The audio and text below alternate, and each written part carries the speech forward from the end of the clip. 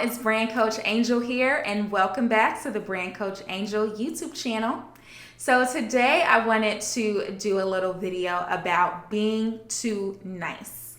I have talked to some of my clients about this, and I know that for some of them it's a struggle. For some of you who are watching, it may be a struggle. And I'm going to tell you, for me, it's been a struggle as well.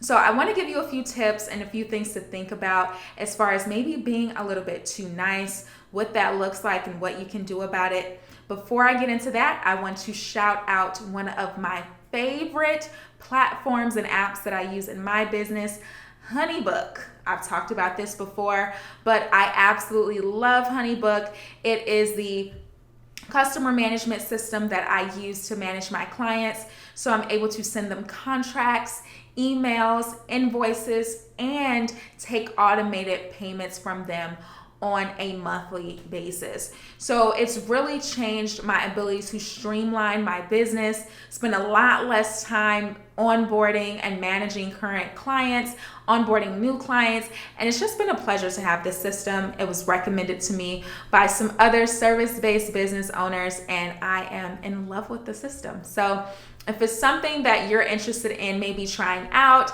for just $1 a month for your first 6 months, go ahead and click the link in my description box and try out HoneyBook. So let's get into the video. Let's talk about being too nice in your business. So what does being too nice in your business look like? It can look like a few things. It can look like not charging people. Yes, you know that you don't charge people. Okay, that's one way it can look. If you will not charge people, or if you charge such low prices. And I've been there. In my business, I've charged all kinds of prices, but understand that the reason why oftentimes we're not charging or charging very low is because we have this belief that people can't afford our services, and that in order for people to experience our services, that we have to lower our prices. Let me tell you this from my personal experience. I've had very cheap prices and I've had more expensive prices. And I will tell you, I've never seen a correlation between having cheap prices and having more revenue. And that's just not in my experience. I've not seen it. I just haven't. I remember so many experiences when I know I was charging someone cheap, and they still wouldn't pay. And then there's times where I've charged, 3-4 times that, and a person pays an invoice like that. So I'm going to tell you that you will find that if someone really wants what it is that you are providing, they will pay. No matter what, it's not for you to decide what that person can afford and cannot afford. It's really about, does that person want this or not? And if they do, oftentimes they're going to find a way to make it happen. Period. And their ability to pay is going to be an indicator to you that they're very serious. And this is especially important for people who are coaching, because you're going to work very closely with people and you want to make sure that you are getting clients that are motivated, that really want this, that you can get the transformation for and provide a good experience for. So that's one way to see if you're being too nice. Number 2 is like going just above and beyond the call of duty in a way that is just not honoring to yourself. So I remember, just a personal story, I had a client, and this is me being nice. I had a client who really I was charging a very discounted rate for because she could not afford it, right? And she was elderly and she wanted the world from me. She wanted more. What I found is that I was charging her a lower price, but she wanted more than people I was charging higher prices to.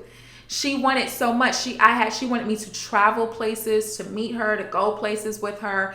It was just beyond what myself as a professional business provides. I don't do that for anybody. I typically do, if someone is my client, I give them a certain amount of my time, and that's what they get. And so I had some compassion for her because she was elderly, because she was a new business, because honestly, we're the same race. There were different things that kind of pulled on my heartstrings about her, but over time I began to realize, honestly, the word that was coming to mind was resent. I began to resent that I had taken her on as a client, and I began to realize like she needs too much, and she wasn't organized and all that on her end either. So it just ended up being a whole mess, and it wasn't worth. It was becoming a huge headache, and the little bit of money I was getting from her, it just was not.